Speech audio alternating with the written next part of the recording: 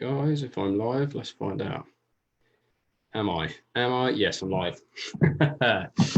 Always the way, isn't it? Right, we're good. We're golden. Okay, so the reason I'm a little bit early, guys, just in case, well, not that it really matters because you're going to be watching this later and then you're going to be explaining why I'm late, which is irrelevant then, but I'm a little bit why I'm early. So I'm early because we're going to have a curry and I want to enjoy it. And I know that it's going to turn up at 7 o'clock, which is when I'm due to be live. So I thought I'd jump on, do this live now, because I did have something I really wanted to share with you guys based on some of the comments that I've been hearing, based on some of the other groups that I'm in. And this group is all about waking the F up. And I still haven't told you guys what the F means, but you're going to have to figure that out for yourself. So this is about waking up. And this live particularly is just one of those things that we kind of need to talk about because it's when shit hits the fan, essentially. So who we got on? Just a quick look. Hiya, Sue. Lovely to see you on. I hope you're well. Right. So yeah, we're going to talk about when shit hits the fan, right? So when you get stressed, when you get worried, when there's uncertainty, when there's fear, when there's doubt, all that sort of stuff. When shit hits the fan, what do we do? Can we even do anything? And this live is for those that have had those experiences and just feel a little unsure as to what to do, or you feel like the same habits keep playing out and you might be trying to achieve something, but you're finding that difficult because again, the habits keep coming in and kind of playing havoc with what you're trying to achieve. Like we'd call that sabotage, but it's a subconscious sabotage. So if we think for a second that we're going to beat our subconscious mind to being reactive, we're screwed because you're never going to do that. The habit, that habitual behavior is instant. You're not going to beat that, which is why I think it's really important to understand this, because if we don't understand this, then we're always going to be questioning, why can't I break habits? Why can't I change this behavior? Right? So I'm just going to shut my window because every time I do a live, I think the neighbor must be watching because they always let their dog out. So here we are. So when stress is present, right? So when we're worried, we're anxious, we're nervous, there's uncertainty, there's fear, whatever that looks like, when that's present, that generally is when our habits will play out. And something I've talked about a lot recently, and I know a lot of you guys here would have heard me say this, but if you haven't, it's important for you to hear right now.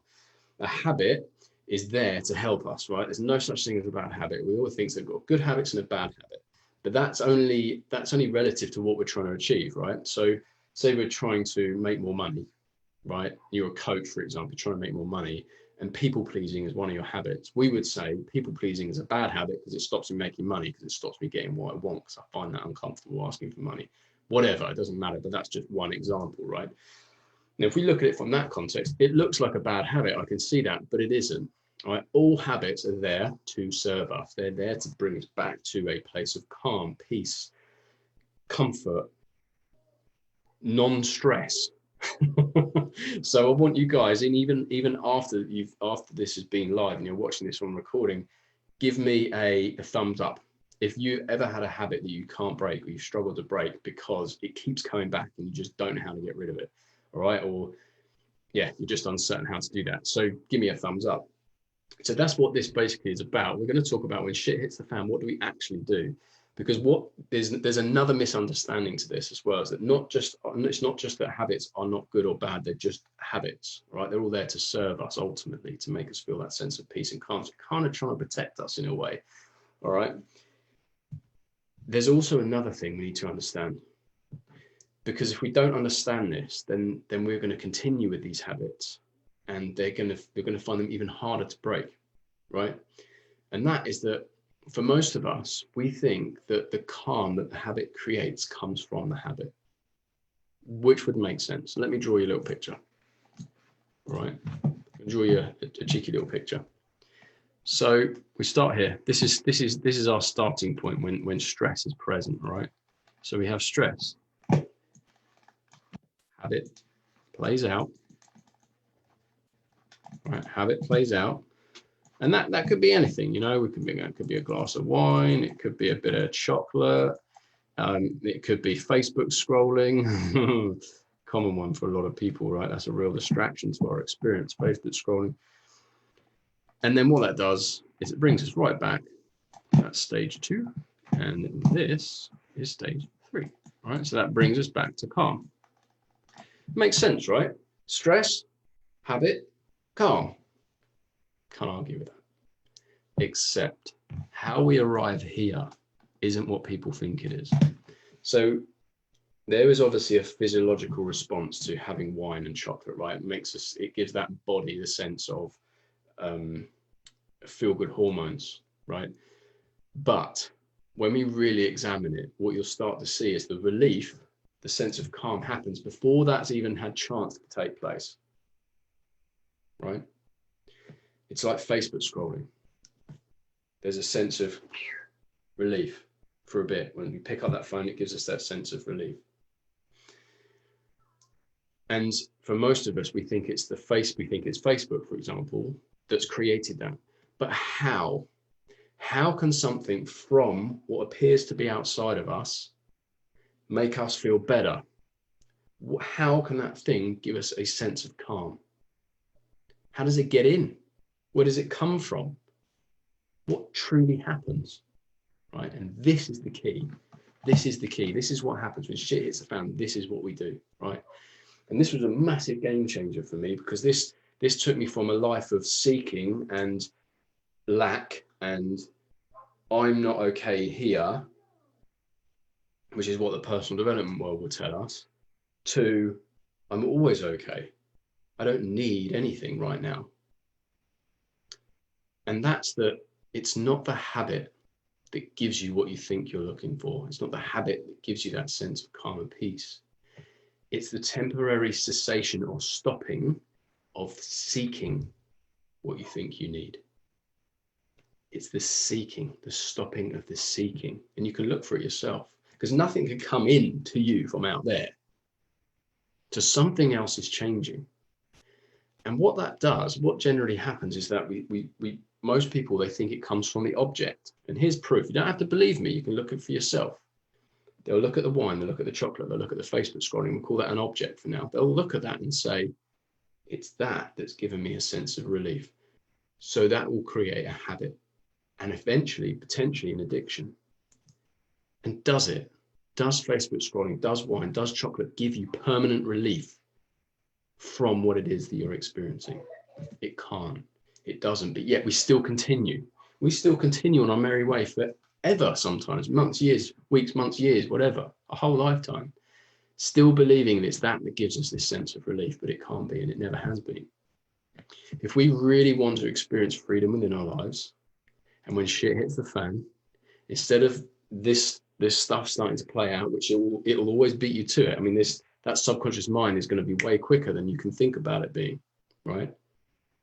What we need to start doing is exploring our experience instead. And when we find not okayness in habits, but okayness in all experience, right? So we've been conditioned that some feelings are off the table. They're not okay, right? So we create a belief. Habits are born. We get relief. We find relief, right? But yet we continue to look for relief in that habit. But it's never that actually is giving us what we're looking for. It's the cessation or the stopping of seeking. And so what we find is our true nature. And then what we find is this experience is okay. It is okay because it is. It doesn't feel comfortable. I don't have to like it. Intellectually, I'm never going to like it. That wouldn't make sense. I'm not going to intellectually because I'm not going to like this experience. It feels horrible. But when we explore it, we don't find anything in it. So what then starts to happen is when shit hits the fan, there's no seeking. Or there's a mind that will seek, but we can be with what is. The habits stop making sense. The habits stop playing out as just by a matter of course. And when shit hits the fan, we wake up to the fact that this experience is okay. And so then what we're left with is what is. And who knows, whatever makes sense to you in that moment, because ultimately that's what we ever do anyway, is what makes sense, right? It's automated. It's just, it happens. We don't even have to think about it. It just happens. And when we really start to know what is and explore what is, instead of running away from it, then we can start being more clear-minded. We can start doing something different. We can start experiencing something new. Because what happens is old behavior to keep us safe starts changing, because it's not there anymore, because we don't need to be safe, because we know we already are. And that's the beauty of this exploration. That's the beauty for me about waking up, because we're not so much spending our whole lives trying to acquire something that we believe or think we've been taught we don't have. We start showing up and navigating our way through life with what is and what we have and what we know is available to us. And that is very subtle, but cataclysmically different. One will lead to suffering, the former will lead to suffering, and the latter will lead to freedom. Because the only thing that we can find freedom within is what is, because there is nothing else. If you think you're going to find freedom in something that isn't here, you're fucked, because there is only here. And that is what we try and do. That's what we should, for me, at least in my experience. Again, don't believe me. Never believe what someone's telling you. Look for yourself, right? Have a play with it for yourself. But for me, whenever I'm working with somebody, the most important thing is just to point them to the direction of their experience. And that sense of okayness and freedom we find here, not there. And so much of our behavior changes. And, you know, even now I can say that as a recovering people pleaser, or a recovered people pleaser, having those conversations around money and business sometimes can be hard. Right? It can irk me, it can feel difficult. But I can navigate my way through that. It's okay. I still have my limits and I still have my edges, but those have grown, they've changed. Because what was limiting before is no longer limiting. So, cool. Hello, guys. Where else we gone? Loving that, stopping and seeking. Yeah, Sue. It's what it, I mean, and you don't have to believe me. You can look for yourself. I mean, when has a habit ever truly permanently given us what we're looking for? The only thing that's ever permanent isn't the content of experience. That will change constantly. The feelings, awareness of the body, other people, what's within attention, that will always change, like feelings, thoughts, whatever. But when we look a bit closer, we can see that we only ever have experience. That is constant. The exact we are experiencing is always there, but the content of it will always change. So why are we looking at the content to try and find permanence? Doesn't make sense. Honestly, until I woke up to that, I was completely oblivious. I was spending my life doing this. It just didn't make sense. Whereas now it's like, there is this, there is experience. End of story. So, right. Also, guys, last thing, but very exciting news. The 6 week, well, it was 4 week, but I extended it because I felt like the guys would benefit from having another couple of weeks, which has just been so much fun. The Live Your Dream, or Live the Dream course I've just finishes in 2 weeks' time. I'm running again. Now, what we cover is goals, habits, thoughts and feelings, and commitment. And what we do is we explore that stuff in depth, not in a way that you would have explored it before, but in a way that's really direct and really truthful, so that allow you to break some of these habits and change the way that you see goals and yourself and your thoughts and your feelings, right? So I'm running it over 6 weeks. It starts on, where have I put it? 10th of August, right? I'm going to run it on 10th of August for 6 weeks. If it's something you're interested in, I'm limiting it to 10 people. We had 9 people on this last one, and it's been phenomenal. If any of you guys are listening to this and you want to just let everybody know what it's been like, I'd really appreciate that, because it's up to you guys really more than me. I want you to tell everybody. But for me, it's been phenomenal. I've seen some real shifts in people, some real transformation.